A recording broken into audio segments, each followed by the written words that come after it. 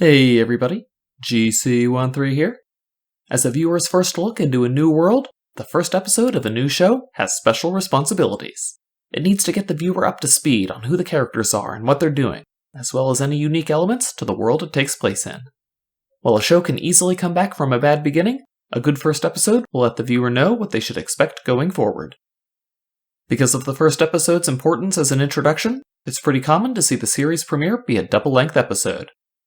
While this happens most often when you need to kickstart your story, see She-Ra and the Princesses of Power, Glitch Techs, and Invader Zim for examples of shows I've talked about that needed this, you can find the long start in other shows as well.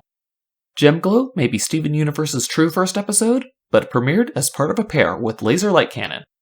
Taken together, the two cover a lot of ground for the series.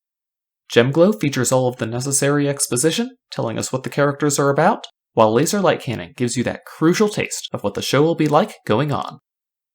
But while you can definitely feel the exposition happening in Gemglow, it uses its first scene quite naturally to set up a dominant theme that the show will maintain for its entire run: the love that the magical has for the mundane. This will surface time and again, sometimes in big ways, like Steven's relationship with Connie, Rose's with Greg, and with the Earth, and even Peridot and Lapis with their farm. Other times, it will be in smaller ways, like Steven struggling with his innate magic so he can finally get a donut, or him choosing to spend his time with Sadie and the band. In Gemglow, the first we see of our magical hero Steven is him being devastated at the discontinuation of the mundane ice cream sandwiches called Cookie Cats. The situation is so ordinary on its face that it's not until a sarcastic comment from Lars that we know that Steven's even a magical hero. The scene ends with a mundane solution. Steven takes the no longer needed Cookie Cat freezer home with him. That freezer will end up being used at the end of the episode to solve a magical problem in a decidedly non-magical way. And that ending is a mixture episodes will rely on throughout the series.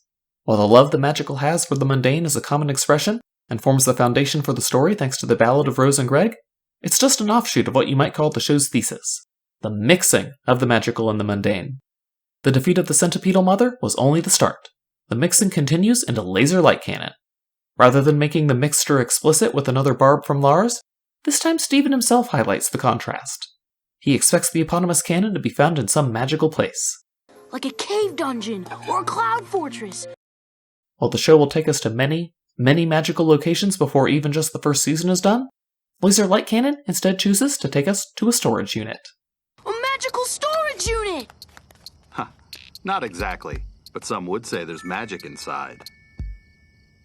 So while the episode uses a magical solution on its magical problem this time, an unbroken block of almost half of the episode's runtime is spent waking Greg up, searching through an overstuffed storage unit, and towing something with a van. There's magic before and after, because Steven's world is inherently magical, but by its pacing, the episode makes it clear that the mundane will continue to be very important as the series goes on. But the storage shed wasn't even the first time we found something magical in an unexpected place. Let's rewind back to Gemglow, shall we? Gem monsters are another thing we'll be seeing a lot of throughout the series. And where do we see our first? In a cave dungeon? Or a cloud fortress? No, in Steven's room, where they're crawling over the couch and rummaging through the refrigerator. A little bit of exposition, flavored with magic, and giving us our first look at the crystal gems. But Steven is a crystal gem too. After the baby centipedals are dealt with, the scene transitions over to the accidental activation of Steven's gem as he savors one of his beloved Cookie Cats. The bliss Steven was feeling in that moment, fueled by the everyday joys of food and family, would later turn out to be the key to his powers. While there will be many magical adventures over the course of the series, it was important to show us very early on that even decidedly mundane things have a magic of their own.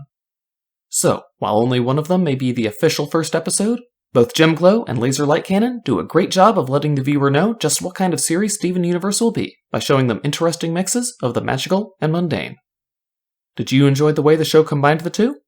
What was your favorite? Let me know down in the comments below. Like the video if you liked it, dislike it if you didn't, and make sure you subscribe to the channel for more cartoon videos.